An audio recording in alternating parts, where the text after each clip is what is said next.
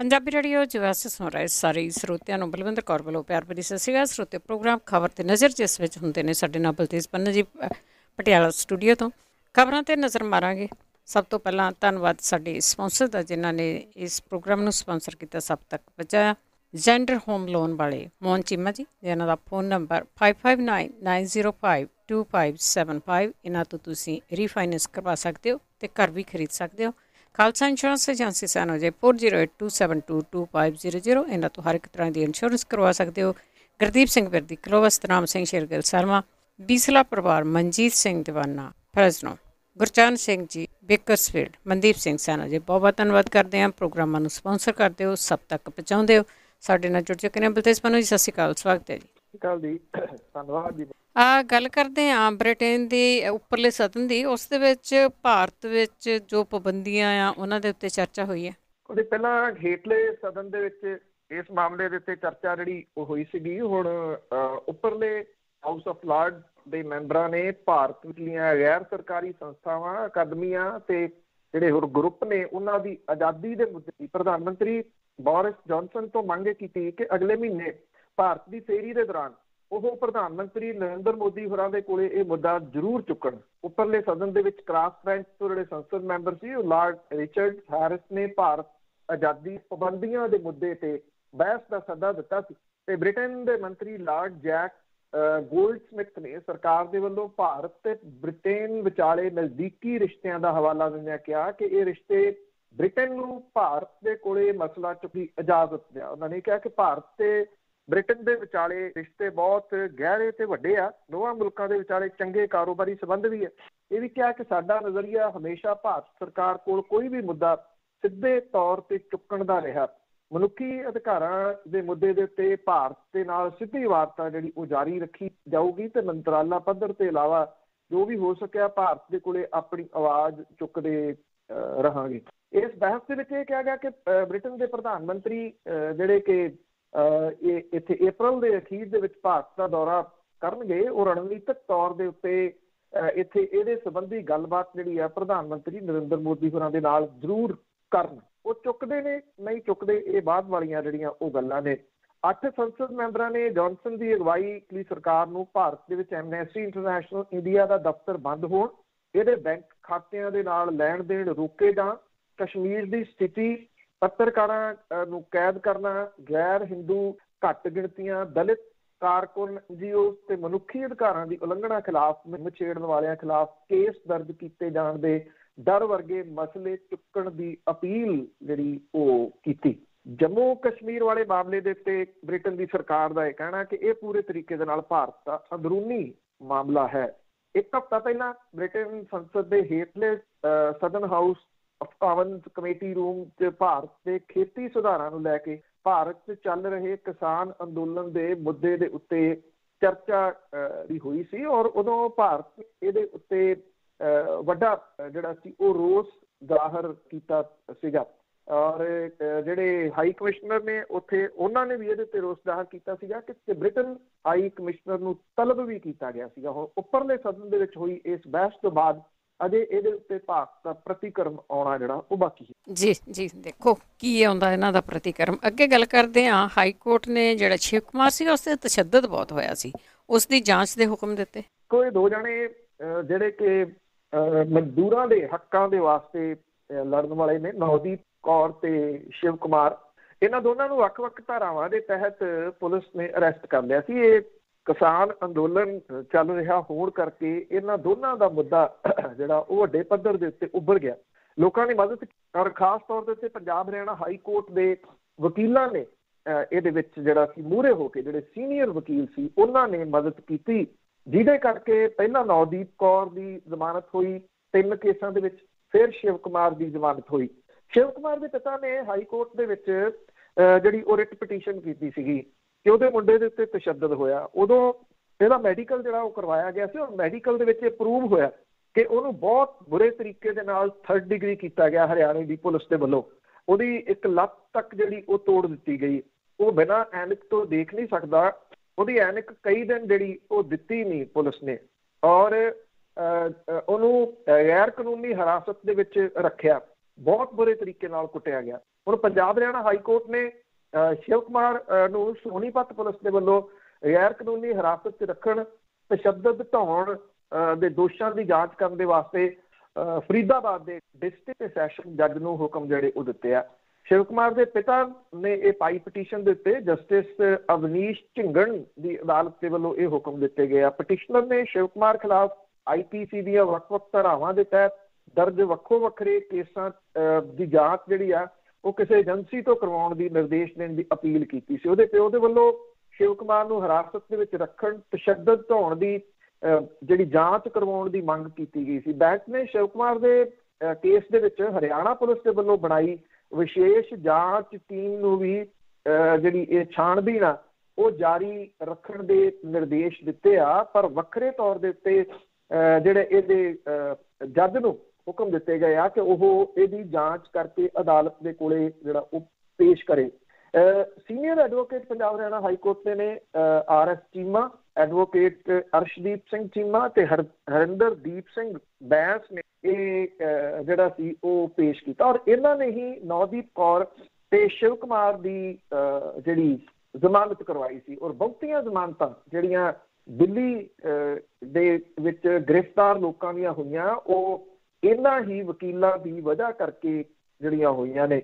ਉਧਰ ਜਿਹੜਾ ਇੱਕ ਨੌਜਵਾਨ ਜਿਹਦੀ ਤਸਵੀਰ ਬਹੁਤ ਵਾਇਰਲ ਹੋਈ ਸੀ, ਬਹੁਤ ਬੁਰੇ ਤਰੀਕੇ ਨਾਲ ਉਹਨੂੰ ਕੁੱਟਿਆ ਗਿਆ ਸੀ ਪੁਲਿਸ ਦੇ ਵੱਲੋਂ, ਰਣਜੀਤ ਸਿੰਘ, ਉਹਦੀ ਜ਼ਮਾਨਤ ਵੀ ਮਨਜ਼ੂਰ ਹੋ ਗਈ। ਉਹਨੂੰ 32 ਹੋਰ ਨੌਜਵਾਨਾਂ ਦੇ ਨਾਲ ਅਲੀਪੁਰ ਪੁਲਿਸ ਥਾਣੇ ਦੇ ਵਿੱਚ ਗ੍ਰਿਫਤਾਰ ਕੀਤਾ ਗਿਆ ਸੀਗਾ। 32 ਜਣਿਆਂ ਨੂੰ ਪਹਿਲਾਂ ਜ਼ਮਾਨਤ ਮਿਲ ਚੁੱਕੀ ਹੈ, ਰਣਜੀਤ ਸਿੰਘ ਦੀ ਜ਼ਮਾਨਤ ਰਹਿੰਦੀ ਸੀ। ਇਹ ਰੋਹਿਣੀ ਦੀ ਸੈਸ਼ਨ ਅਦਾਲਤ ਨੇ ਮਨਜ਼ੂਰ ਜਿਹੜੀ ਆ ਉਹ ਕਰ ਲਈ ਆ। ਇਹਦੇ ਵਿੱਚ ਵੀ ਇਹੀ ਜਿਹੜੇ ਸ਼ਾਮਲ ਸਨ ਜੀ ਵਕੀਲ RS ਚੀਮਾ, ਜਸਪ੍ਰੀਤ ਰਾਏ, ਵਰਿੰਦਰਪਾਲ ਸਿੰਘ ਸੰਧੂ, ਰਕੇਸ਼ ਚਾਹਰ, ਜਸਦੀਪ ਢਿੱਲੋਂ, ਪ੍ਰਤੀਕ ਕੋਹਲੀ ਤੇ ਸੰਕਲਪ ਕੋਹਲੀ ਜਿਹੜੇ ਇਹ ਸ਼ਾਮਲ ਸਨ ਜਿਨ੍ਹਾਂ ਨੇ ਇਹ ਜ਼ਮਾਨਤ ਕਰਵਾਈ ਹੈ। ਦੇਖੋ ਫੋਟੋਆਂ ਕੋਈ ਖਿਚਾਈ ਜਾਵੇ, ਵੀਡੀਓ ਕੋਈ ਜਿਹੜੇ ਉਹ ਪਾਈ ਜਾਵੇ, ਪੰਜਾਬ ਹਰਿਆਣਾ ਹਾਈ ਕੋਰਟ ਦੇ ਇਹਨਾਂ ਵਕੀਲਾਂ ਨੇ ਜੋ ਕੁਝ ਕੀਤਾ, ਜਿਹੜੀਆਂ ਇਹ 26 ਜਨਵਰੀ ਨੂੰ ਜੋ ਘਟਨਾਵਾਂ ਵਾਪਰੀਆਂ ਉਹਦੇ ਸੰਬੰਧ ਦੇ ਵਿੱਚ ਲੋਕਾਂ ਦੀ ਮਦਦ ਕਰਨ ਦੇ ਵਾਸਤੇ, ਇਹਦੇ ਵਾਸਤੇ ਵਕੀਲ ਭਾਈਚਾਰਾ ਬਿਨਾਂ ਕਿਸੇ ਫੀਸ ਤੋਂ ਇਹਨਾਂ ਨੇ ਇਹ ਸਾਰੇ ਲੋਕਾਂ ਦੀਆਂ ਲਗਭਗ ਜ਼ਮਾਨਤਾਂ ਹੁਣ ਹੋ ਗਈਆਂ। ਇਹ ਰਣਜੀਤ ਸਿੰਘ ਵਾਲਾ ਮਾਮਲਾ ਜਿਹੜਾ ਥੋੜਾ ਲਟਕਿਆ ਹੋਇਆ ਸੀਗਾ, ਬਾਕੀ ਜ਼ਮਾਨਤਾਂ ਲਗਭਗ ਹੋ ਗਈਆਂ। 3 ਜਾਂ 4 ਸਾਰੇ ਹੋਰ ਜਿਹੜੇ ਉਹ ਰਹਿੰਦੇ ਆ ਉਹ ਵੀ ਜ਼ਮਾਨਤਾਂ ਅਗਲੇ ਦਿਨਾਂ ਦੇ ਦੌਰਾਨ ਹੋ ਜਾਣਗੀਆਂ ਜੀ। ਅੱਗੇ ਗੱਲ ਕਰਦੇ ਹਾਂ, ਬੈਂਕਾਂ ਦੀ ਗੱਲ ਕੀਤੀ ਸੀਗੀ ਕੱਲ੍ਹ ਵੀ, ਉਹਨਾਂ ਨੇ ਹੜਤਾਲ ਕੀਤੀ ਆ, ਦੇਸ਼ ਭਰ ਦੇ ਵਿੱਚੋਂ ਉਹਨਾਂ ਨੂੰ ਬਹੁਤ ਵੱਡਾ ਹੁੰਗਾਰਾ ਮਿਲ ਰਿਹਾ। ਦੇਖੋ ਇਹ ਬੈਂਕਾਂ ਵਾਲੇ ਉਹੀ ਨੇ ਜਦੋਂ ਡੀਮੋਨੇਟਾਈਜੇਸ਼ਨ ਹੋਈ ਆ, ਨੋਟਬੰਦੀ ਹੋਈ ਆ, ਉਦੋਂ ਪ੍ਰਧਾਨ ਮੰਤਰੀ ਹੋਰਾਂ ਨੇ ਇਹਨਾਂ ਦੀ ਉਚੇਚੇ ਤੌਰ ਦੇ ਉੱਤੇ ਤਾਰੀਫ ਸੀ ਕਿ ਉਹਨਾਂ ਨੇ ਬੜੇ ਕੰਮ ਕੀਤੇ ਆ, ਬਹੁਤ ਦੇਸ਼ ਭਗਤ। ਫਿਰ ਜਦੋਂ ਜਨ ਧਨ ਯੋਜਨਾ ਆਈ, ਖਾਤੇ ਖੋਲ੍ਹੇ ਗਏ, ਉਦੋਂ ਹਰੇਕ ਨੂੰ ਈਮੇਲ ਕੀਤੀ, ਤੁਸੀਂ ਬਹੁਤ ਕੰਮ ਕੀਤਾ, ਇਹ ਖਾਤੇ ਖੋਲ੍ਹਣ ਦੇ ਵਾਸਤੇ ਤੁਹਾਡੀ ਬਹੁਤ ਵੱਡੀ ਦੇਣ ਹੈ। ਇਹਨਾਂ ਨੂੰ ਥੋੜ੍ਹੀ ਪਤਾ ਸੀਗਾ ਵੀ ਇਹਨਾਂ ਨੂੰ ਵੇਚਣ ਤੁਰ ਪੈਣਾ ਜਿਹੜਾ ਉਹ ਸਰਕਾਰ ਨੇ।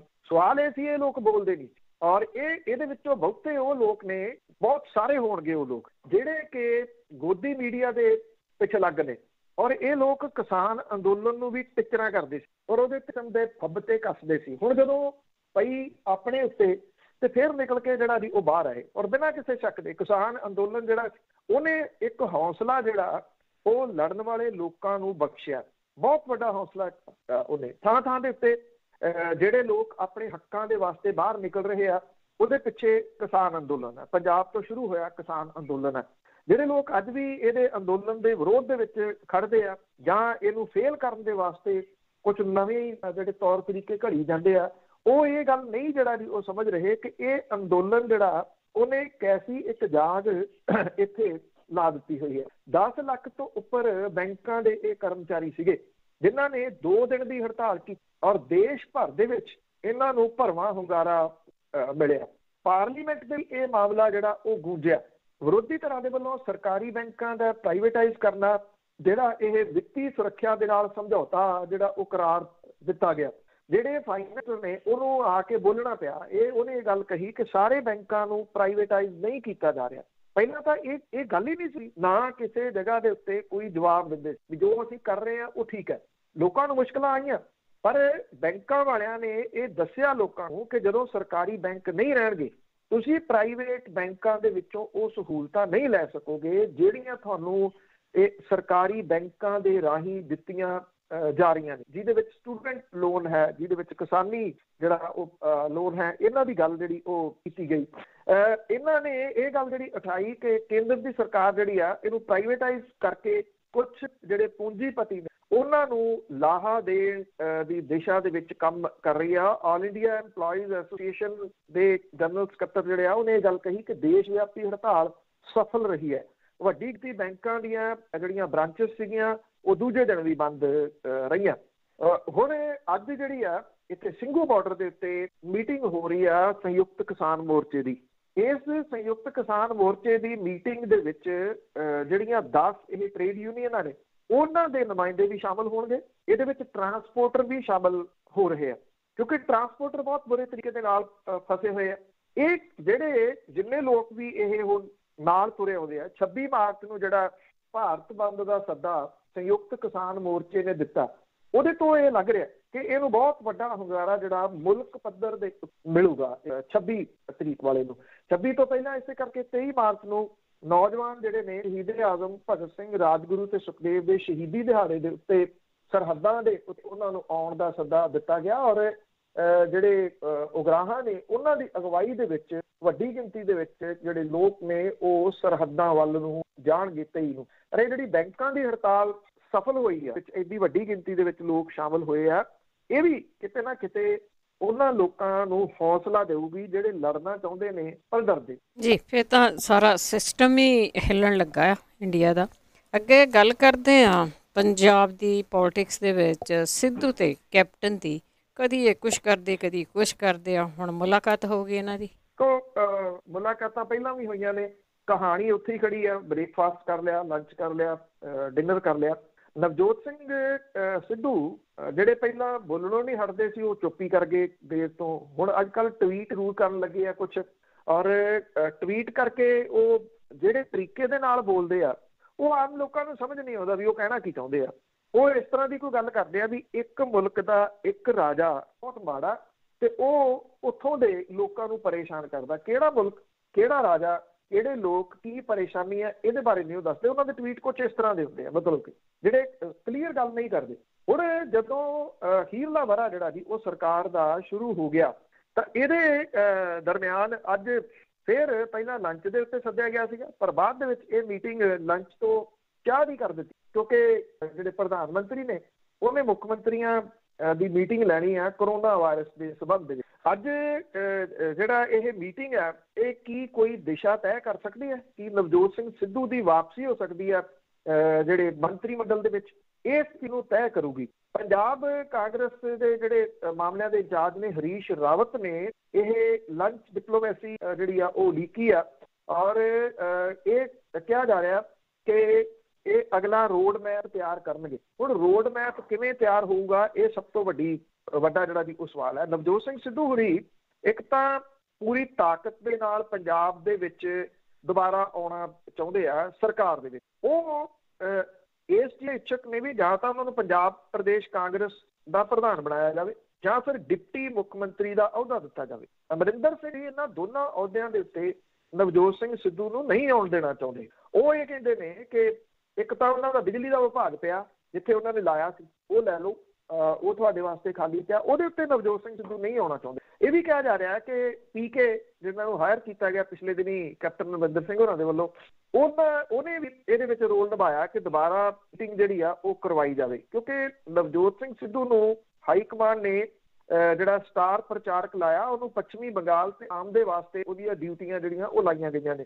ਕਈ ਕਾਂਗਰਸੀ ਵਿਧਾਇਕ ਵੀ ਇਸ ਆਸ ਦੇ ਵਿੱਚ ਨੇ ਕਿ ਕੈਬਨਿਟ ਦੇ ਵਿੱਚ ਫੇਰ ਬਦਲ ਦੇ ਵਿੱਚ ਉਹਨਾਂ ਦਾ ਵੀ ਦਾਅ ਲੱਗ ਸਕਦਾ ਕਿਉਂਕਿ ਦੋ ਵਿਧਾਇਕ ਜਿਹੜੇ ਮੰਤਰੀ ਨੇ ਉਹਨਾਂ ਦੇ ਅਹੁਦਿਆਂ ਦੇ ਵਿੱਚ ਜਾਂ ਤਾਂ ਉਹਨਾਂ ਨੂੰ ਲਾਂਭੇ ਕੀਤਾ ਜਾ ਸਕਦਾ ਜਾਂ ਕੁਝ ਰੱਦੋ ਬਦਲ ਜਿਹੜੀ ਆ ਉਹ ਹੋ ਸਕਦੀ ਹੈ। ਇਹਦੇ ਵਿੱਚ ਤ੍ਰਿਪਤ ਰਜਿੰਦਰ ਸਿੰਘ ਬਾਜਵਾ ਤੇ ਸੁਖ ਸਰਕਾਰੀਆ ਦਾ ਨਾਮ ਜਿਹੜਾ ਉਹ ਬੋਲਦਾ। ਹੋਰ ਕਿਹੜੇ ਜਾਣਗੇ ਜਾਂ ਇਹਨੂੰ ਸ਼ਫਲਿੰਗ ਦੇ ਵਿੱਚ ਜਿਹੜਾ ਜੀ ਉਹ ਰੱਖਿਆ ਜਾਊਗਾ ਕਿ ਸ਼ਫਲਿੰਗ ਕਰਕੇ ਨਵਜੋਤ ਸਿੰਘ ਸਿੱਧੂ ਨੂੰ ਫਿੱਟ ਇਹਦੇ ਵਿੱਚ ਕੀਤਾ ਜਾਊਗਾ। ਹੁੰਦੇ ਨੇ ਫਿੱਟ ਜਾਂ ਨਹੀਂ ਹੁੰਦੇ ਇਹ ਆਪਣੇ ਆਪ ਦੇ ਵਿੱਚ ਵੱਡਾ ਸਵਾਲ ਹੈ ਕਿਉਂਕਿ ਜੇ ਨਵਜੋਤ ਸਿੰਘ ਸਿੱਧੂ ਹੁਰੀ ਪਾਵਰ ਮਹਿਕਮੇ ਦੇ ਉੱਤੇ ਆਉਂਦੇ ਨੇ ਤੇ ਫਿਰ ਵੱਡਾ ਸਵਾਲ ਤਾਂ ਇਹ ਖੜਾ ਹੋਊਗਾ ਫਿਰ ਉਹ ਸਵਾ 2 ਸਾਲ ਜਿਹੜੀ ਜੀ ਉਹ ਚੁੱਪ ਵੱਟ ਕੇ ਕਿਉਂ ਬੈਠੇ ਰਹੇ? ਇਹ ਉਹਦਾ ਤਾਂ ਪਹਿਲਾਂ ਉਦੋਂ ਵੀ ਉਹਨਾਂ ਨੂੰ ਜਿਹੜਾ ਮਿਲ ਰਿਹਾ ਸੀ ਚੁੱਪ ਕਰਕੇ ਲੈ ਲੈਂਦੇ ਤੇ ਇਹਦੇ ਉੱਤੇ ਕੰਮ ਕਰੀ ਜਾਂਦੇ। ਇਹ ਜਿਹੜੀ ਮੀਟਿੰਗ ਹੈ ਅੱਜ ਦੀ ਉਹ ਅਹਿਮ ਹੋਊਗੀ। ਜੇ ਨਵਜੋਤ ਪੂਰੀ ਨਹੀਂ ਮੰਨਦੇ ਤੇ ਫਿਰ ਜਿਹੜੀ ਜੀ ਉਹਨਾਂ ਦਾ ਅਗਲਾ ਸਟੈਪ ਕੀ ਹੋਊਗਾ, ਹਾਈ ਕਮਾਂਡ ਕੀ ਕਰੂਗੀ ਇਹਦੇ ਵਿੱਚ, ਕਿਉਂਕਿ ਹਾਈ ਕਮਾਂਡ ਜਿਹੜੀ ਆ ਉਹ ਬਿਨਾਂ ਰੀੜ ਦੀ ਹੱਡੀ ਵਾਲੀ ਬਣ ਗਈ ਹੋਈ ਆ, ਉਹਦੇ ਕੋਲ ਕੋਈ ਪਾਵਰ ਨਹੀਂ ਹੈਗੀ, ਕਮਜ਼ੋਰ ਹੋ ਗਈ। ਇਸ ਕਰਕੇ ਉਹ ਕੈਪਟਨ ਅਮਰਿੰਦਰ ਸਿੰਘ ਹੋਰਾਂ ਨੂੰ ਕੁਝ ਜਬਰੀ ਨਹੀਂ ਅਖਵਾ ਸਕਦੀ। ਇਸ ਕਰਕੇ ਉਹ ਬਾਰ-ਬਾਰ ਹਰੀਸ਼ ਰਾਵਤ ਹੋਰਾਂ ਨੂੰ ਭੇਜੀ ਜਾਂਦੀ ਹੈ ਔਰ ਇਹ ਕਿਹਾ ਜਾ ਰਿਹਾ ਕਿ ਕੈਪਟਨ ਅਮਰਿੰਦਰ ਸਿੰਘ ਹੋਰੀ ਅਵੋਇਡ ਕਰ ਰਹੇ ਹਾਈ ਕਮਾਂਡ ਨੂੰ, ਉਹਦੀ ਕੋਈ ਗੱਲ, ਉਹਦਾ ਕੋਈ ਸੁਨੇਹਾ ਉਹ ਨਹੀਂ। ਸੋ ਦੇਖਦੇ ਹਾਂ ਕਾਂਗਰਸ ਜਿਹੜੀ ਕਿ ਬਹੁਤ ਓਵਰ ਕੌਨਫੀਡੈਂਟ ਹੈ ਇਸ ਵੇਲੇ, ਉਹ ਇਸ ਮਾਮਲੇ ਨੂੰ ਕਿਵੇਂ ਜਿਹੜਾ ਉਹ ਲਿਖਦੀ ਹੈ, ਜਦੋਂ ਕਿ ਜਿਹੜੇ ਵਾਅਦੇ ਕਰਕੇ ਕਾਂਗਰਸ ਦੀ ਸਰਕਾਰ 17 ਚ ਬਣੀ ਉਹ ਵਾਅਦੇ ਸਾਰੇ ਦੇ ਸਾਰੇ ਮੂੰਹ ਅੱਡੀ ਉਹਦੇ ਸਾਹਮਣੇ ਖੜੇ। ਬਿਲਕੁਲ, ਇਹ ਤਾਂ ਲੋਕਾਂ ਤੇ ਡਿਪੈਂਡ ਹੈਗੀ ਆ, ਫਿਰ ਲੋਕ ਯਾਦ ਰੱਖਦੇ ਜਾਂ ਨਹੀਂ ਰੱਖਦੇ ਜਾਂ ਉਸੇ ਮੂੰਹ ਹੀ ਬੁੱਟਾ ਪਾ ਦਿੰਦੇ। ਅੱਗੇ ਗੱਲ ਕਰਦੇ ਹਾਂ ਕਿਸਾਨਾਂ ਦੇ ਮੁੱਦੇ ਤੇ। ਹਰਿਆਣਾ ਵਿਧਾਨ ਸਭਾ ਦੇ ਵਿੱਚ ਹੰਗਾਮਾ। ਹਰਿਆਣਾ ਵਿਧਾਨ ਸਭਾ ਦਾ ਜਿਹੜਾ ਬਜਟ ਸੈਸ਼ਨ ਚੱਲ ਰਿਹਾ ਔਰ 2 ਵਾਰੀ ਹੰਗਾਮਾ ਹੋਇਆ ਕਿਸਾਨਾਂ ਦੇ ਮੁੱਦੇ ਦੇ ਉੱਤੇ। ਜਿਹੜੀ ਭਾਜਪਾ ਤੇ ਜਜਪਾ ਦੀ ਸਰਕਾਰ ਹੈ ਤੇ ਵਿਰੋਧੀ ਧਿਰ ਕਾਂਗਰਸ ਦੇ ਵਿਧਾਇਕ ਜਿਹੜੇ ਇੱਕ ਦੂਜੇ ਨੂੰ ਘੇਰਦੇ ਵਿਖਾਈ ਦਿੱਤੇ ਜੀ। ਬੜੌਦਾ ਤੋਂ ਕਾਂਗਰਸ ਦੇ ਵਿਧਾਇਕ ਇੰਦੂ ਰਾਜ ਨਰਵਾਲ ਨੇ ਕਿਹਾ ਕਿ ਗੱਠਜੋੜ ਸਰਕਾਰ ਦੇ ਵੱਲੋਂ ਬਜਟ ਦੇ ਵਿੱਚ ਹਰ ਵਰਗ ਦਾ ਧਿਆਨ ਰੱਖਣ ਦੇ ਦਾਅਵੇ ਕੀਤੇ ਗਏ ਆ, ਪਰ ਇਹਦੇ ਵਿੱਚ ਹੱਕਾਂ ਲਈ ਸੰਘਰਸ਼ ਕਰ ਰਹੇ ਕਿਸਾਨਾਂ ਲਈ ਕੁਝ ਨਹੀਂ ਰੱਖਿਆ। ਉਹਨੇ ਇਹ ਕਿਹਾ ਕਿ ਵਿਰੋਧੀ ਧਿਰ ਦੇ ਆਗੂ ਭੁਪਿੰਦਰ ਹੁੱਡਾ ਨੇ ਕਿਸਾਨ ਸੰਘਰਸ਼ ਦੌਰਾਨ ਸ਼ਹੀਦ ਹੋਏ ਕਿਸਾਨਾਂ ਦੀ 2-2 ਲੱਖ ਰੁਪਏ ਦੀ ਵਿੱਤੀ ਮਦਦ ਕੀਤੀ ਹੈ, ਜਦੋਂ ਕਿ ਸੂਬਾ ਸਰਕਾਰ ਨੇ ਮ੍ਰਿਤਕਾਂ ਨੂੰ ਸ਼ਰਧਾਂਜਲੀ ਤੱਕ ਨਹੀਂ ਦਿੱਤੀ। ਨਰਵਾਲ ਨੇ ਇਹ ਗੱਲ ਕਹੀ ਕਿ ਕਿਸਾਨ ਸੰਘਰਸ਼ ਦੇ ਦੌਰਾਨ 300 ਦੇ ਕਰੀਬ ਕਿਸਾਨ ਸ਼ਹੀਦ ਹੋ ਚੁੱਕੇ ਆ। ਇਹਦੇ ਵਿੱਚ ਹਰਿਆਣੇ ਦੇ ਕਈ ਕਿਸਾਨ ਨੇ। ਇਹਨਾਂ ਪਰਿਵਾਰਾਂ ਨੂੰ 50-50 ਲੱਖ ਰੁਪਏ ਮੁਆਵਜ਼ਾ ਤੇ ਇੱਕ ਸਰਕਾਰੀ ਨੌਕਰੀ ਦਿੱਤੀ ਜਾਣੀ ਚਾਹੀਦੀ ਹੈ। ਕੰਵਰਪਾਲ ਗੁੱਜਰ ਨੇ ਇਹ ਗੱਲ ਕਹੀ ਕਿ ਕਾਂਗਰਸੀ ਆਗੂ ਸੰਘਰਸ਼ ਦੇ ਵਿੱਚ ਹਿੱਸਾ ਲੈ ਕੇ ਲੋਕਾਂ ਨੂੰ ਗੁੰਮਰਾਹ ਕਰ ਰਹੇ ਆ। ਉਹਨੇ ਇਹ ਕਿਹਾ ਕਿ ਸੰਵਿਧਾਨ ਕਿਸੇ ਦਾ ਬਾਈਕਾਟ ਕਰਨ ਦਾ ਹੱਕ ਨਹੀਂ ਦਿੰਦਾ। ਮਤਲਬ ਕਿ ਜਿਹੜਾ ਬਾਈਕਾਟ ਵਾਲਾ ਉਹ ਦੁੱਖ ਦੀ ਰਗ ਦੇ ਉੱਤੇ ਹੱਥ ਜਿਹੜਾ ਜੀ ਉਹ ਧਰਿਆ ਕਿਸਾਨਾਂ ਨੇ, ਉੱਥੋਂ ਜ਼ਿਆਦਾ ਇਹ ਔਰ ਜਿਹੜਾ ਮਤਾ ਇੱਕ ਪੇਸ਼ ਕੀਤਾ ਗਿਆ ਇੱਕ ਦਿਨ ਪਹਿਲਾਂ ਹਰਿਆਣਾ ਵਿਧਾਨ ਸਭਾ ਦੇ ਵਿੱਚ ਭਾਰਤੀ ਜਨਤਾ ਪਾਰਟੀ ਤੇ ਜਜਪਾ ਦੇ ਵੱਲੋਂ, ਔਰ ਇਹ ਜਿਹੜਾ ਸੀ ਇਹਦੇ ਵਿੱਚ ਨਿਖੇਧੀ ਕੀਤੀ ਗਈ ਇਸ ਚੀਜ਼ ਦੀ ਕਿ ਕਿਉਂ ਉਹਨਾਂ ਦਾ ਬਾਈਕਾਟ ਜਿਹੜਾ ਉਹ ਕੀਤਾ ਗਿਆ। ਹੁਣ ਜਿਹੜੇ ਲੋਕ ਚੁਣਦੇ ਨੇ, ਜਿਹੜੇ ਲੋਕ ਵੋਟਾਂ ਪਾ ਕੇ ਜਿਤਾਉਂਦੇ ਨੇ, ਮੰਤਰੀ ਬਣਾਉਂਦੇ ਨੇ, ਉਹਨਾਂ ਨੂੰ ਬਾਈਕਾਟ ਕਰਨ ਦਾ ਹੱਕ ਵੀ ਹੋਣਾ ਚਾਹੀਦਾ। ਬਾਈਕਾਟ ਕਿਉਂ ਨਹੀਂ ਕੀਤਾ ਜਾ ਸਕਦਾ? ਇਹ ਜਿਹੜਾ ਜੀ ਸਵਾਲ ਹੈ। ਭੁਪਿੰਦਰ ਸਿੰਘ ਹੁੱਡਾ ਨੇ ਇਹ ਗੱਲ ਕਹੀ ਕਿ ਕਿਸੇ ਵੀ ਅੰਦੋਲਨਕਾਰੀ ਨੂੰ ਕਾਨੂੰਨ ਹੱਥ ਦੇ ਵਿੱਚ ਲੈਣ ਦਾ ਅਧਿਕਾਰ ਨਹੀਂ ਹੈ। ਸੂਬੇ ਦੇ ਵਿੱਚ ਕਾਨੂੰਨ ਵਿਵਸਥਾ ਬਣਾਉਣਾ ਸੂਬੇ ਦੀ ਸਰਕਾਰ ਦੀ ਜ਼ਿੰਮੇਵਾਰੀ ਹੈ। ਜੇ ਕੋਈ ਗੈਰ ਕਾਨੂੰਨੀ ਕੰਮ ਕਰਦਾ ਤਾਂ ਉਹਦੇ ਖਿਲਾਫ ਕਾਰਵਾਈ ਜਿਹੜੀ ਜੀ ਉਹ ਹੋਵੇ। ਇੱਕ ਵਿਧਾਇਕ ਜਿਹੜਾ ਅਜੇ ਸਿੰਘ ਯਾਦਵ ਆ, ਉਹਨੇ ਕਿਹਾ ਕਿ ਕਿਸਾਨ ਸੰਘਰਸ਼ ਦੇ ਵਿੱਚ ਸ਼ਾਮਲ ਕੁਝ ਸ਼ਰਾਰਤੀ ਅੰਸਰ ਸੂਬੇ ਦਾ ਨੁਕਸਾਨ ਕਰ। ਇਹ ਸ਼ਰਾਰਤੀ ਅੰਸਰ ਕੌਣ ਹੈ ਇਹ ਨਹੀਂ ਉਹਨੇ ਜਿਹੜਾ ਜੀ ਉਹ ਦੱਸਿਆ, ਕਿਉਂਕਿ ਜਿਹੜੀਆਂ ਸੜਕਾਂ ਪੁੱਟੀਆਂ, ਰੋਕਾਂ ਲਾਈਆਂ, ਉਹ ਤਾਂ ਸਰਕਾਰ ਨੇ ਜਿਹੜੀਆਂ ਲਾਈਆਂ ਸੀ, ਰੋਕਣ ਦੀ ਕੋਸ਼ਿਸ਼ ਤਾਂ ਸਰਕਾਰ ਨੇ ਜਿਹੜੀ ਉਹ ਕੀਤੀ। ਇਹ ਵੀ ਕਿਹਾ ਗਿਆ ਕਿ ਜਿਹੜੀ ਸਰਕਾਰ ਹੈ ਭਾਜਪਾ, ਉਹ ਜਾਤ ਪਾਤ ਦੀ ਰੰਗਤ ਦੇਣ ਦੀ ਇਹਨੂੰ ਕੋਸ਼ਿਸ਼ ਜਿਹੜੀ ਉਹ ਕਰ ਰਹੀ ਹੈ, ਕਿਉਂਕਿ ਜਾਤ ਪਾਤ ਦੀ ਰੰਗਤ ਦੇ ਕੇ ਪਹਿਲਾਂ ਉਹਨੇ ਹਰਿਆਣੇ ਦੇ ਵਿੱਚ ਜਿਹੜੀ ਉਹ ਸਰਕਾਰ ਬਣਾਈ, ਜਾਟ ਤੇ ਨਾਨ ਜਾਟ ਜਿਹੜਾ ਸੀਗਾ ਉਹ ਇਸ਼ੂ ਖੜਾ ਕੀਤਾ। ਜਿਹੜਾ SYL ਦੇ ਮੁੱਦੇ ਦੇ ਉੱਤੇ ਵੀ ਭਾਜਪਾ ਦੇ ਵਿਧਾਇਕ ਨੇ ਕਾਂਗਰਸ ਨੂੰ ਘੇਰਦਿਆਂ ਇਹ ਕਿਹਾ ਕਿ ਹਰਿਆਣੇ ਦੇ ਵਿੱਚ SYL ਦਾ ਨਿਰਮਾਣ ਜ਼ਰੂਰੀ ਆ। ਜੇ ਵਿਰੋਧੀ ਧਿਰ ਕਾਂਗਰਸ SYL ਦੀ ਹਮਾਇਤ ਕਰਦੀ ਹੈ ਤਾਂ ਪੰਜਾਬ ਦੇ ਵਿੱਚ ਕਾਬਜ਼ ਕਾਂਗਰਸ ਸਰਕਾਰ ਦੇ ਨਾਲ ਸੰਪਰਕ ਕਰਕੇ ਇਸ ਮੁੱਦੇ ਦਾ ਹੱਲ ਕੱਢੇ।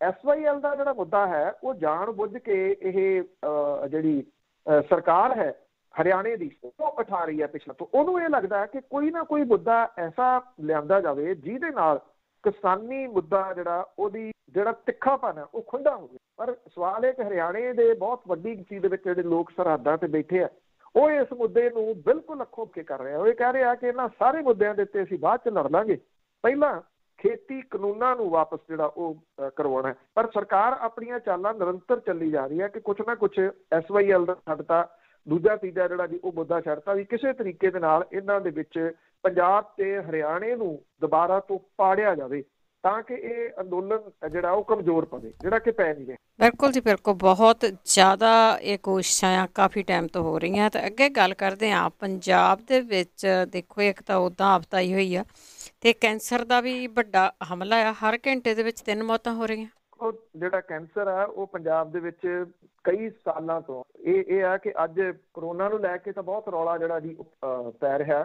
ਪੈਣਾ ਵੀ ਚਾਹੀਦਾ। ਉਹਦੇ ਵਾਸਤੇ ਇਹ ਆ ਕਿ ਸੁਚੇਤ ਹੋਣਾ ਲੋਕਾਂ ਦਾ ਬੜਾ ਜ਼ਰੂਰੀ ਹੈ।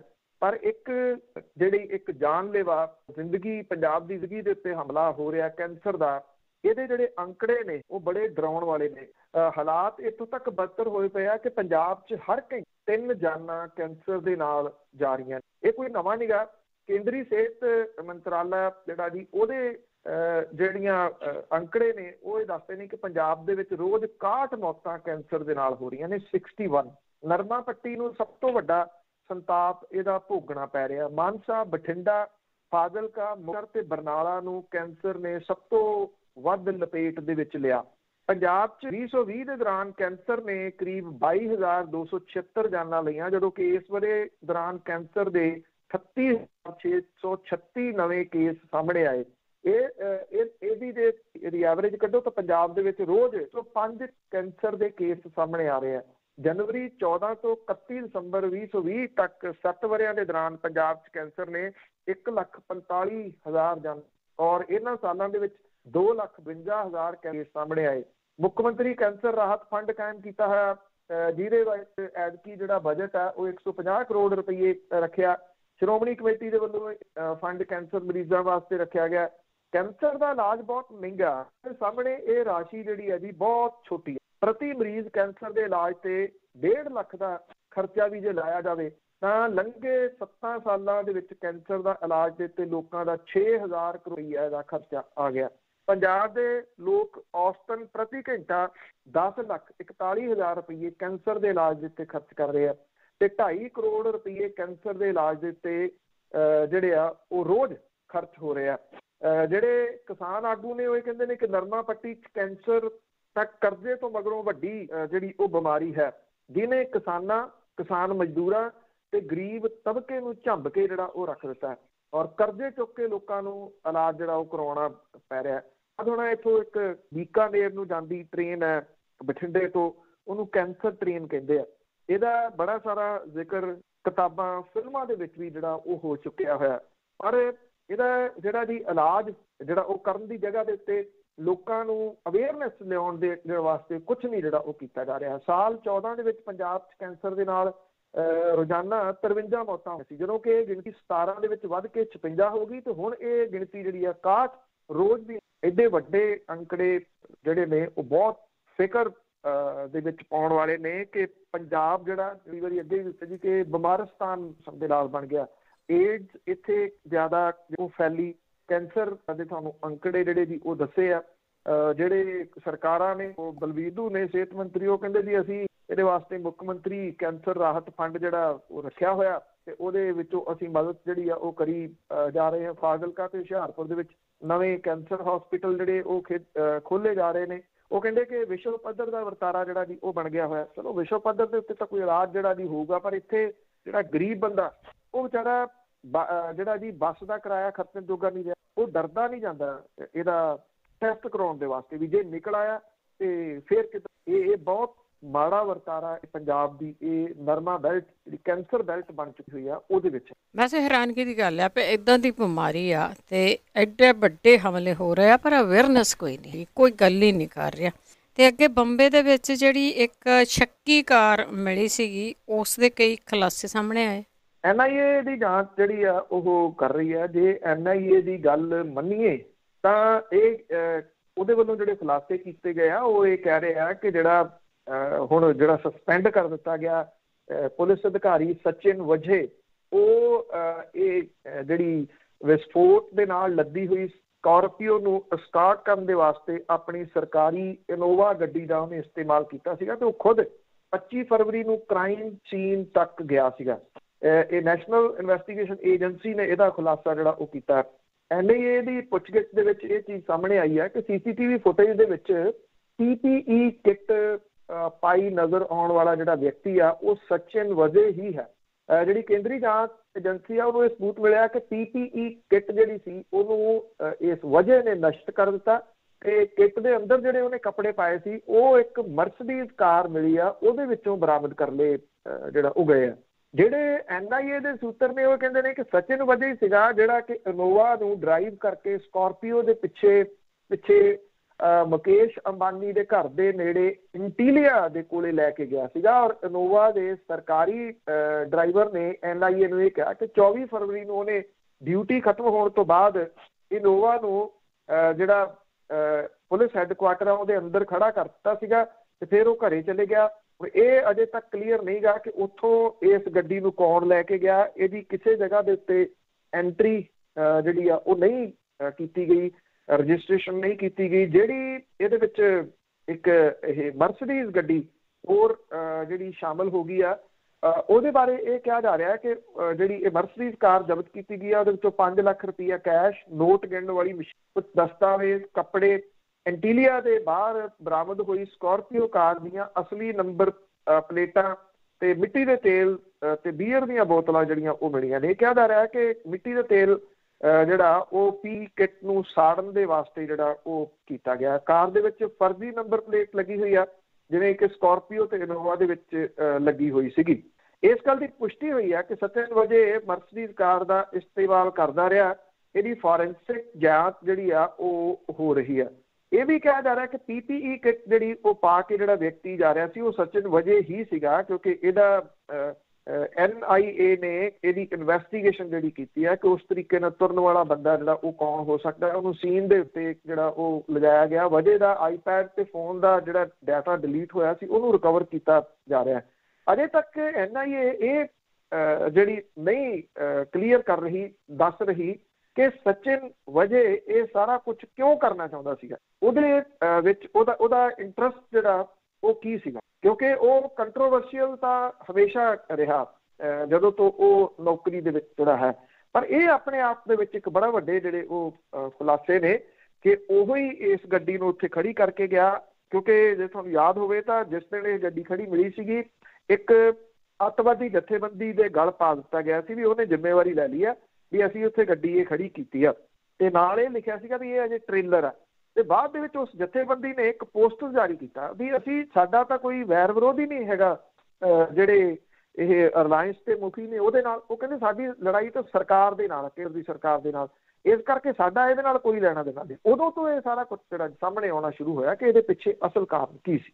ਜੀ ਇਹ ਕੁਝ ਵੀ ਕਰਵਾ ਸਕਦੇ ਜੀ, ਇਲੈਕਸ਼ਨਾਂ ਕਰਕੇ ਕੁਝ ਵੀ ਕਰਵਾ ਸਕਦੇ। ਅਖੀਰ ਦੇ ਵਿੱਚ ਗੱਲ ਕਰਦੇ ਹਾਂ ਰਾਈਟ ਟੂ ਰਿਜੈਕਟ ਵਾਲੇ ਮਾਮਲੇ ਦੇ ਵਿੱਚ ਚੋਣ ਕਮਿਸ਼ਨ ਨੇ ਨੋਟਿਸ ਦਿੱਤਾ। ਐਕਚੁਅਲੀ ਇਹ ਇੱਕ ਪਟੀਸ਼ਨ ਕਰਤਾ ਹੈ ਅਸ਼ਵਨੀ ਉਪਾਧਿਆਏ। ਉਹਨੇ ਇਹ ਮੰਗ ਕੀਤੀ ਆ ਕਿ ਜੇ ਕਿਸੇ ਚੋਣ ਦੇ ਵਿੱਚ ਨੋਟਾਂ ਦੇ ਪੱਖ ਦੇ ਵਿੱਚ ਜ਼ਿਆਦਾ ਵੋਟ ਪੈਂਦੇ ਆ ਤਾਂ ਉਸ ਚੋਣ ਦੇ ਵਿੱਚ ਉਤਰੇ ਸਾਰੇ ਜਿਹੜੇ ਕੈਂਡੀਡੇਟ ਨੇ ਉਹਨਾਂ ਨੂੰ ਰਿਜੈਕਟ ਮੰਨਿਆ ਜਾਵੇ ਔਰ ਨਵੇਂ ਸਿਰੇ ਤੋਂ ਚੋਣਾਂ ਹੋਣ। ਰਿਜੈਕਟਡ ਜਿਹੜੇ ਉਮੀਦਵਾਰ ਨੇ ਉਹਨਾਂ ਨੂੰ ਇਸ ਇਲੈਕਸ਼ਨ ਦੇ ਵਿੱਚ ਜਿਹੜੀ ਬਾਅਦ ਚ ਹੋਵੇ ਉਹਦੇ ਵਿੱਚ ਨਾ ਹਿੱਸਾ ਲੈਣ ਦਿੱਤਾ ਜਾਵੇ। Right to reject and elect ਦੇ ਆਮ ਲੋਕਾਂ ਦੀ ਬਿਹਤਰ ਆਪਣੇ ਜਿਹੜੇ ਨੇ ਉਹ ਉਮੀਦਵਾਰ ਚੁਣਨ ਦੀ ਸ਼ਕਤੀ ਮਿਲੂਗੀ। ਪਾਰਟੀਆਂ ਜਿਹੜੀਆਂ ਆਪਣੇ ਤਰੀਕੇ ਦੇ ਨਾਲ ਉਮੀਦਵਾਰ ਚੋਣ ਮੈਦਾਨ ਦੇ ਵਿੱਚ ਨਹੀਂ ਜਿਹੜਾ ਉਹ ਉਤਾਰ ਸਕਣਗੀਆਂ। Chief justice S A Bobde ਦੀ ਪ੍ਰਧਾਨਗੀ ਵਾਲੀ 3 ਜੱਜਾਂ ਦੀ ਬੈਂਚ ਨੇ ਇਹਦੇ ਉੱਤੇ ਸੁਣਵਾਈ ਕੀਤੀ ਔਰ ਅਦਾਲਤ ਨੇ ਕਿਹਾ ਕਿ ਇਹ ਇੱਕ ਕਾਨੂੰਨ ਸਮੱਸਿਆ ਹੈ। ਪਟੀਸ਼ਨ ਕਰਤਾ ਦਾ ਜੇ ਤਰਕ ਮੰਨ ਲਿਆ ਜਾਵੇ ਕਿ ਚੋਣ ਦੇ ਵਿੱਚ ਜਨਤਾ ਰਾਜਨੀਤਿਕ ਦਲਾਂ ਦੇ ਕਈ ਉਮੀਦਵਾਰਾਂ ਨੂੰ ਰਿਜੈਕਟ ਕਰ ਦਿੰਦੀ ਹੈ ਤਾਂ ਵਿਧਾਨ ਸਭਾ ਤੇ ਸੰਸਦ ਦਾ ਫਿਰ ਗਠਨ ਕਿਵੇਂ ਹੋਊਗਾ। ਇਹਦੇ ਉੱਤੇ ਪਟੀਸ਼ਨ ਕਰਤਾ ਦੇ ਵਕੀਲ ਨੇ ਕਿਹਾ ਕਿ ਜੇ ਨੋਟਾਂ ਦੇ ਉੱਤੇ ਵੋਟ ਜ਼ਿਆਦਾ ਪੈਂਦੇ ਆ, ਕੋਈ ਉਮੀਦਵਾਰ ਨਹੀਂ ਜਿੱਤਦਾ, ਤਾਂ ਸਮਾਂ ਰਹਿੰਦਿਆਂ ਦੁਬਾਰਾ ਚੋਣ ਜਿਹੜੀ ਉਹ ਕਰਵਾਈ ਜਾ ਸਕਦੀ ਹੈ। ਇਹਦੇ ਵਿੱਚ ਸਾਰੇ ਫਿਰ ਨਵੇਂ ਉਮੀਦਵਾਰ ਚੋਣ ਲੰਘਦੇ। ਸੁਪਰੀਮ ਕੋਰਟ ਨੇ ਇਹਨਾਂ ਸਵਾਲਾਂ ਦੇ ਉੱਤੇ ਕੇਂਦਰ ਦੇ ਚੋਣ ਕਮਿਸ਼ਨ ਤੋਂ ਜਵਾਬ ਜਿਹੜਾ ਉਹ ਮੰਗਿਆ। 2013 ਦੇ ਵਿੱਚ ਪਹਿਲੀ ਵਾਰੀ ਦਿੱਲੀ, ਛੱਤੀਸਗੜ੍ਹ, ਮੱਧ ਪ੍ਰਦੇਸ਼, ਰਾਜਸਥਾਨ ਤੇ ਮਿਜ਼ੋਰਮ ਦੇ ਵਿਧਾਨ ਸਭਾ ਦੀਆਂ ਚੋਣਾਂ ਦੇ ਵਿੱਚ ਨੋਟਾਂ ਦਾ ਇਸਤੇਮਾਲ ਸ਼ੁਰੂ ਹੋਇਆ। ਜੇ ਕਿਸੇ ਖੇਤਰ ਦੇ ਵਿੱਚ 100 ਵੋਟ ਪੈਂਦੇ ਆ ਤਾਂ ਉਹਦੇ ਵਿੱਚੋਂ 99 ਵੋਟ ਨੋਟਾਂ ਨੂੰ ਮਿਲੇ ਤਾਂ 1 ਵੋਟ ਪਾਉਣ ਵਾਲਾ ਕੈਂਡੀਡੇਟ ਜਿਹੜਾ ਉਹ ਜਿੱਤ ਜਾਊਗਾ। ਦੁਨੀਆ ਦੇ ਵਿੱਚ ਸਭ ਤੋਂ ਪਹਿਲਾਂ 1976 ਦੇ ਵਿੱਚ ਅਮਰੀਕਾ ਦੇ ਵਿੱਚ ਚੋਣਾਂ ਦੇ ਦੌਰਾਨ ਨੋਟਾਂ ਦਾ ਇਸਤੇਮਾਲ ਹੋਇਆ ਸੀਗਾ। 2009 ਦੇ ਵਿੱਚ ਚੋਣ ਕਮਿਸ਼ਨ ਨੇ ਸੁਪਰੀਮ ਕੋਰਟ ਦੇ ਨੋਟਾਂ ਦੇ ਜਿਹੜਾ ਇਹ ਆਪਸ਼ਨ ਦਿੱਤੀ ਗਈ ਸੀ ਉਹਨੂੰ ਵਾਸਤੇ ਇੱਕ ਪਟੀਸ਼ਨ ਲਾਈ ਸੀ। 13 ਦੇ ਵਿੱਚ ਪਹਿਲੀ ਵਾਰੀ ਇਹਦਾ ਇਸਤੇਮਾਲ ਹੋਇਆ। 18 ਦੇ ਵਿੱਚ ਪਹਿਲੀ ਵਾਰੀ ਨੋਟਾਂ ਨੂੰ ਮਿਲੇ ਵੋਟ ਜਿਹੜੇ ਸੀ ਉਹਨੂੰ ਮੰਨਿਆ ਜਾਂਦਾ ਸੀ ਉਹਦਾ ਕੋਈ ਮਤਲਬ ਨਹੀਂ, ਪਰ ਇਹ ਇੱਕ ਕੈਂਡੀਡੇਟ ਵਾਂਗੂ ਜਿਹੜਾ ਮੰਨਿਆ ਜਾਂਦਾ। ਨੋਟਾਂ ਨੂੰ ਜੇ ਸਭ ਤੋਂ ਜ਼ਿਆਦਾ ਵੋਟ ਮਿਲਦੇ ਆ ਤਾਂ ਜਿਹੜਾ ਜਿਹਨੂੰ ਘੱਟ ਵੋਟ ਲੈ ਕੇ ਵੀ ਉਹ ਜਿੱਤ ਸਕਦਾ। ਇਹਦੇ ਉੱਤੇ ਵਕੀਲ ਜਿਹੜੇ ਨੇ ਉਹਨੇ ਇਹ ਗੱਲ ਕਹੀ ਕਿ ਜੇ 99% ਨੋਟਾਂ ਦਾ ਬਟਨ ਲੋਕ ਦਬਾਉਂਦੇ ਆ ਤੇ ਉਹਦਾ ਕੋਈ ਮਹੱਤਵ ਨਹੀਂ, ਬਲਕਿ 1% ਵੋਟਰ ਇਹ ਤੈਅ ਕਰ ਸਕਦੇ ਆ ਕਿ ਚੋਣ ਕੌਣ ਜਿੱਤੂਗਾ। ਇਹਦੇ ਨਾਲ ਨੋਟਾਂ ਦੇ ਉੱਤੇ ਸਭ ਤੋਂ ਜ਼ਿਆਦਾ ਵੋਟਾਂ ਪੈਣ ਤੇ ਉਹਦੇ ਜਗ੍ਹਾ ਤੇ ਚੋਣ ਜਿਹੜੀ ਉਹ ਰੱਦ ਹੋਣੀ ਚਾਹੀਦੀ ਹੈ ਤੇ ਲੋਕਾਂ ਨੂੰ ਲੋਕਾਂ ਦੇ ਵੋਟ ਦਾ ਜਿਹੜਾ ਸਮਾਨ ਹੋਣਾ ਚਾਹੀਦਾ। ਪਟੀਸ਼ਨ ਕਰਤਾ ਜਿਹੜੇ ਅਸ਼ਵਨੀ ਉਪਾਧਿਆਏ ਆ ਉਹ ਇਹ ਕਹਿੰਦੇ ਆ ਕਿਉਂਕਿ ਇੱਦਾਂ ਦੀ ਕੋਈ ਵਿਵਸਥਾ ਅਜੇ ਤੱਕ ਹੈ ਨਹੀਂ ਗੀ ਕਿ ਨੋਟਾਂ ਦਾ ਇਸਤੇਮਾਲ ਸਿਰਫ ਉਹ ਲੋਕ ਹੀ ਕਰ ਸਕਦੇ ਆ ਜਿਹੜੇ ਕਿ ਜ਼ਿਆਦਾ ਫਰਸਟ੍ਰੇਟ ਨੇ ਇਹਨਾਂ ਪੋਲੀਟੀਸ਼ੀਅਨਾਂ ਤੋਂ, ਉਹ ਜਾ ਕੇ ਆਪਣਾ ਗੁੱਸਾ EVM ਤੇ ਕੱਢੇ ਹੁੰਦੇ ਆ। ਪਰ ਬਹੁਤ ਸਾਰੇ ਇੱਦਾਂ ਦੇ ਲੋਕ ਆ ਜਿਹੜੇ ਫਰਸਟ੍ਰੇਟ ਤਾਂ ਹੈਗੇ ਆ ਪਰ ਉਹ ਵੋਟ ਪਾਉਣ ਨਹੀਂ ਜਾਂਦੇ। ਉਹਨਾਂ ਨੂੰ ਇਹ ਲੱਗਦਾ ਕਿ ਜਦੋਂ ਨੋਟਾਂ ਦੇ ਉੱਤੇ ਵੋਟ ਦੇਣ ਦਾ ਕੋਈ ਫਰਕ ਹੀ ਨਹੀਂ ਪੈਂਦਾ ਤੇ ਫਿਰ ਵੋਟ ਪਾਉਣ ਦਾ ਮਤਲਬ ਕੀ ਹੈ, ਕਿਉਂਕਿ ਨੋਟਾਂ ਨੂੰ ਸਭ ਤੋਂ ਜ਼ਿਆਦਾ ਵੋਟ ਮਿਲ ਵੀ ਗਏ ਤਾਂ ਦੂਜੇ ਨੰਬਰ ਦੇ ਉੱਤੇ ਜਿਹੜਾ ਕੈਂਡੀਡੇਟ ਹੋਊਗਾ ਉਹ ਜਿੱਤ ਜੂਗਾ। ਰਾਈਟ ਟੂ ਰਿਜੈਕਟ ਆਉਣ ਤੋਂ ਬਾਅਦ ਇਹ ਲੋਕ ਵੋਟ ਪਾਉਣ ਜਾਣਗੇ ਤੇ ਗੁੱਸੇ 'ਚ ਨੋਟਾਂ ਦੱਬ ਕੇ ਆਉਣਗੇ ਵੀ ਘੱਟੋ ਘੱਟ ਇਹ ਜਿਹੜੇ 3-4 ਜਿੰਨੇ ਖੜੇ ਆ ਸਾਨੂੰ ਇਹਨਾਂ 'ਚ ਕੋਈ ਪਸੰਦ, ਤੇ ਜੇ ਨੋਟਾਂ ਉੱਥੇ ਵੱਧ ਵੋਟ ਲੈ ਜੂਗਾ ਤੇ ਇਹਨਾਂ ਦੀ ਚੋਣ ਰਿਜੈਕਟ ਹੋ ਜੂਗੀ ਤੇ ਉਦੋਂ ਬਾਅਦ ਫਿਰ ਨਵੇਂ ਕੈਂਡੀਡੇਟ ਹੋਣਗੇ। ਹੁਣ ਇਸ ਮਾਮਲੇ ਦੇ ਉੱਤੇ ਸੁਪਰੀਮ ਕੋਰਟ ਨੇ ਚੋਣ ਕਮਿਸ਼ਨ ਤੇ ਕੇਂਦਰ ਦੀ ਸਰਕਾਰ ਨੂੰ ਨੋਟਿਸ ਜਾਰੀ ਕੀਤਾ। ਇਹ ਕਿਹਾ ਕਿ ਇਹ ਦੱਸਿਆ ਜਾਵੇ ਕਿ ਜੇ ਨੋਟਾਂ ਦੇ ਰਾਹੀਂ ਲੋਕ ਰਿਜੈਕਟ ਕਰ ਦੇਣ ਤਾਂ ਰਾਈਟ ਟੂ ਰਿਜੈਕਟ ਜਿਹੜਾ ਉਹ ਆ ਸਕਦਾ ਜਾਂ ਨਹੀਂ। ਇਹ ਬੜੀ ਇੰਟਰਸਟਿੰਗਲੀ ਜਿਹੜਾ ਵੀ ਹੋਊਗਾ ਜਦੋਂ ਮਾਮਲਾ ਸੁਪਰੀਮ ਕੋਰਟ ਦੇ ਵਿੱਚ ਚੱਲੂਗਾ ਕਿ ਕੀ ਇਹ ਹੋ ਸਕਦਾ ਜਾਂ ਨਹੀਂ। ਜੇ ਹੁੰਦਾ ਤਾਂ ਬਿਨਾਂ ਕਿਸੇ ਸ਼ੱਕ ਦੇ ਇੱਕ ਬਹੁਤ ਵੱਡੀ ਚੇਂਜਸ ਜਿਹੜੀ ਹੈ ਜੀ ਉਹ ਲੋਕਾਂ ਦੇ ਹੱਕ ਦੇ ਵਿੱਚ ਆਊਗੀ। ਜੀ ਬਹੁਤ ਬਹੁਤ ਧੰਨਵਾਦ ਬਲਤੇਜ ਪੰਨੂ ਜੀ। ਮਿਹਰਬਾਨੀ ਜੀ, ਧੰਨਵਾਦ ਜੀ, ਸਤਿ ਸ਼੍ਰੀ ਅਕਾਲ। ਸਤਿ ਸ਼੍ਰੀ ਅਕਾਲ ਜੀ। ਤੇ ਸਰੋਤੇ ਸਨ ਬਲਤੇਜ ਪੰਨੂ ਜੀ ਸਾਡੇ ਨਾਲ ਜੁੜਦੇ ਨੇ, ਕਰਦੇ ਨੇ ਖਬਰਾਂ। ਇਸੇ ਦੇ ਨਾਲ ਸਾਡਾ ਅੱਜ ਦਾ ਬੁਲਟਨ ਇੱਥੇ ਸਮਾਪਤ। ਹੁਣ ਬਲਵਿੰਦਰ ਕੌਰ ਵੱਲੋਂ ਆਪ ਸਭ ਨੂੰ ਹੀ ਪਿਆਰ ਭਰੀ ਸਤਿ ਸ਼੍ਰੀ ਅਕਾਲ।